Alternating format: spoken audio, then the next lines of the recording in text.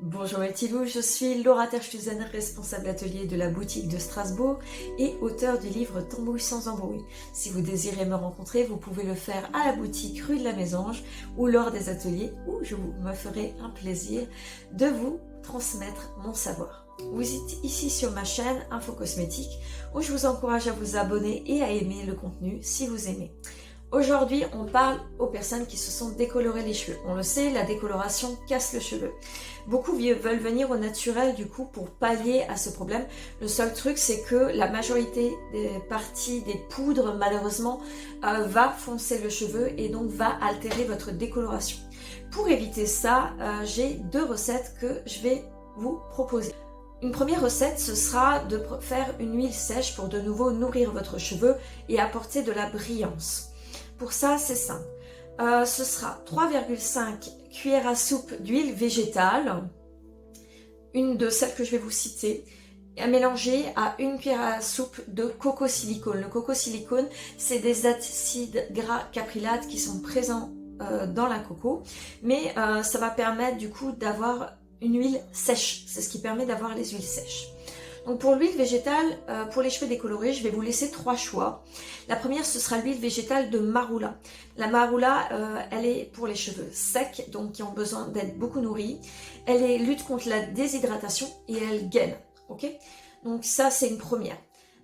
Pour la deuxième, je vais vous proposer l'huile d'hibiscus, que je vais vous proposer notamment si le cheveu manque de brillance, s'il a besoin d'être nourri et gainé.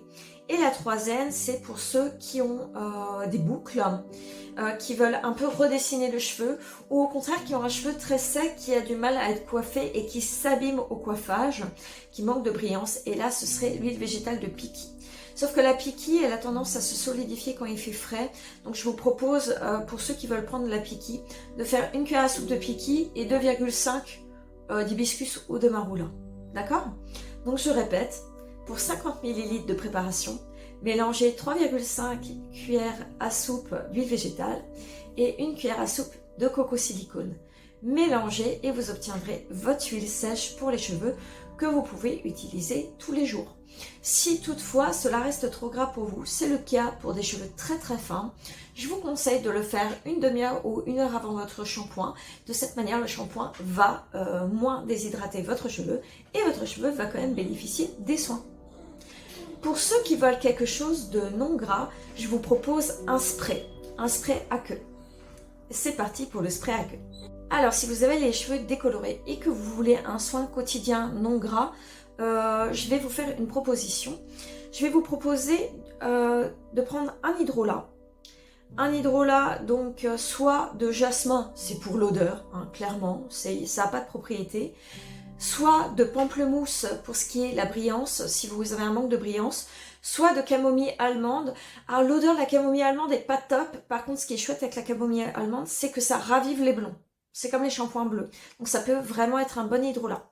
Vous prenez cet hydrolat et vous allez ajouter dedans deux actifs.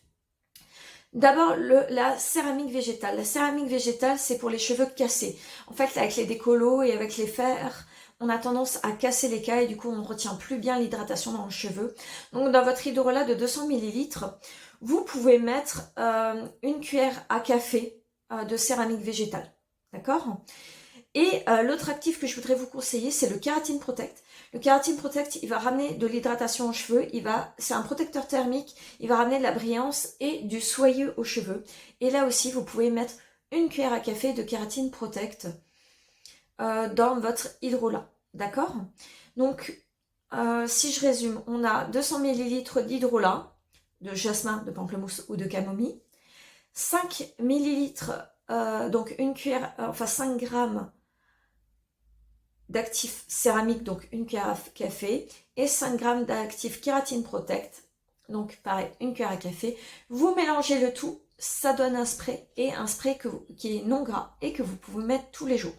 Ça, c'est si vous le laissez au frigo. Si vous ne le laissez pas au frigo, ajoutez à ce mélange,